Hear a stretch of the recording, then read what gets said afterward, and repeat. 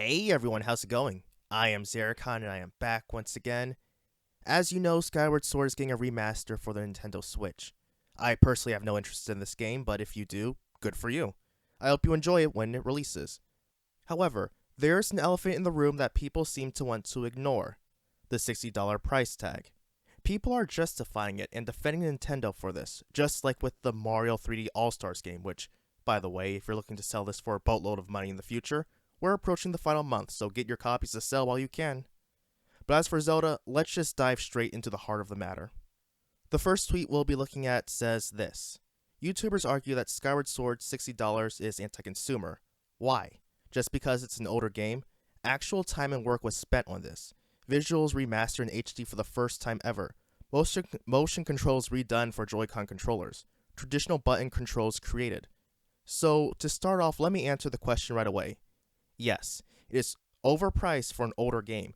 When a 10-year-old game is the same price as the current entry in the series, it's overpriced, remastered or not. And as far as the visuals being remastered in HD for the first time ever, that's objectively wrong. Dolphin did it first. Did the 60 FPS first too. I'll give you credit for the traditional button controls, though you can also do some weird mappings in Dolphin as well. Now, here are some of the replies that agreed with the statement. Don't get me wrong, though. People were saying this is wrong in the comments below. But here are some of the other people that actually did agree with this.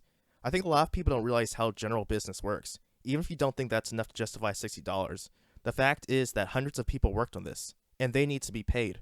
They don't deserve a pay cut because people deem their work not worth it. Are you insinuating that the devs get paid for every copy sold, or that they receive the full amount for the $60? I'm pretty certain that's not how that works. The people who think that Skyward Sword HD isn't worth $60 should tell us every reason as to why Breath of the Wild is worth $60.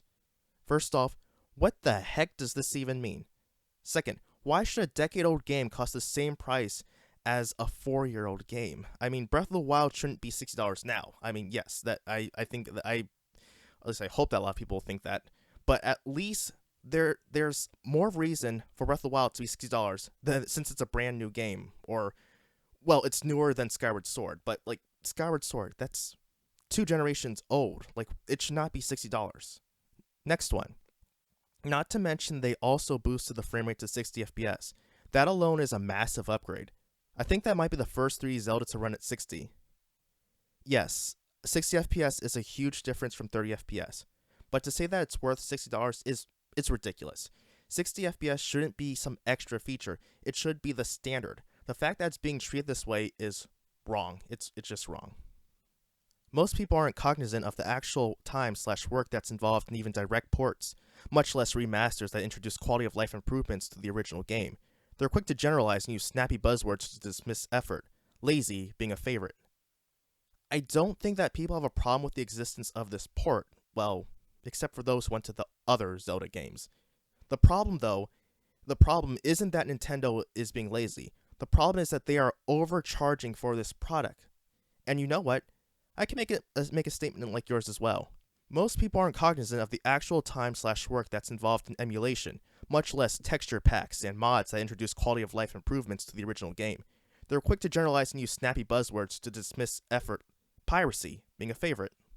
Let's move on though. It's overpriced, so it goes against consumers. Just that.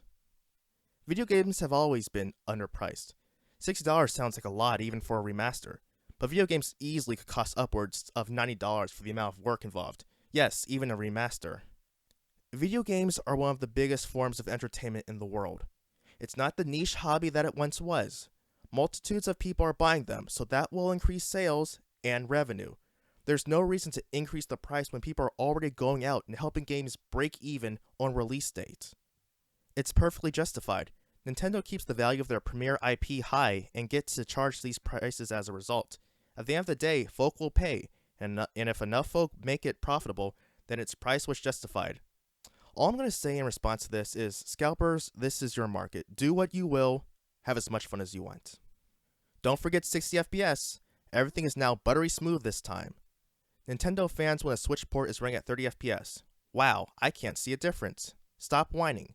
Nintendo fans when a Nintendo game is running at 60 FPS. Wow, look, it's so smooth. Now, this gave me a good chuckle when I first read this. It's definitely true. 60 FPS only seems to matter when it's on uh, these people's system of choice. However, Sony fanboys and Xbox fanboys are equally as guilty, especially the Sony ones. They'll talk about how they play games, not frames. You know who those people are. But once these newer consoles were going to have up to 120 FPS, they sung a different tune. Now, if Digital Foundry says that a game runs better on their console than on the other console, they'll be sure to bash that one. Don't get me wrong. Having better performance in these games is great. And I think that this is something that, should be like something that should start to become more of a standard as we go forward. But don't start acting like it matters now only when it's in your favor. Let's look at one more thread. Hashtag facts, right? Whoever was tagging this post. Hashtag Nintendo. Hashtag Legend of Zelda. Hashtag Zelda. And here's a full image of that picture.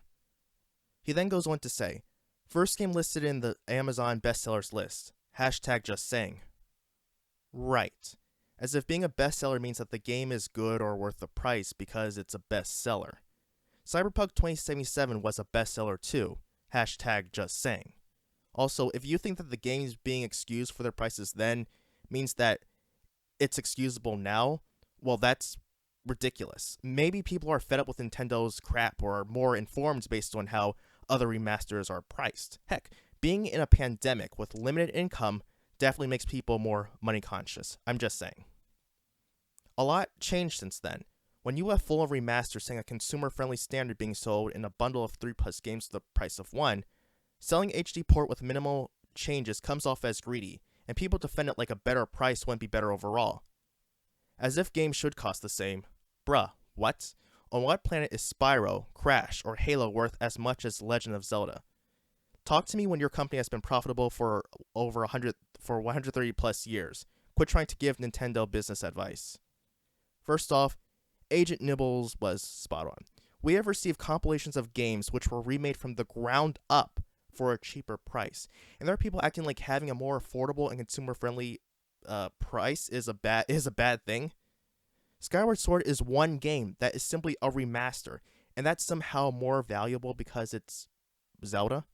Do these people enjoy throwing out large pools of money? Sure, it's their money. But I would think that if you could get a game for as little money as possible, you'd want to do that.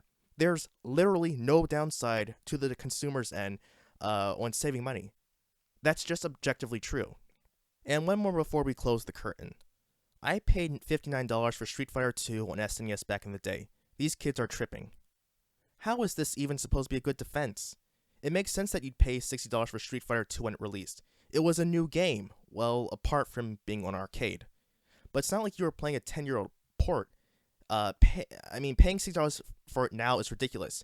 In fact, I think paying more than $10 for Street Fighter 2 is too much. And Skyward Sword is similar. This is a game from 2 generations ago. It should not hold the same price that it once did. Also, I've seen a few tweets saying that it was originally $50 on release on the Wii. I don't know if that's true or not. I don't know if it's true. But if it is, Nintendo is charging... That means that they're charging more for a game that costs less than.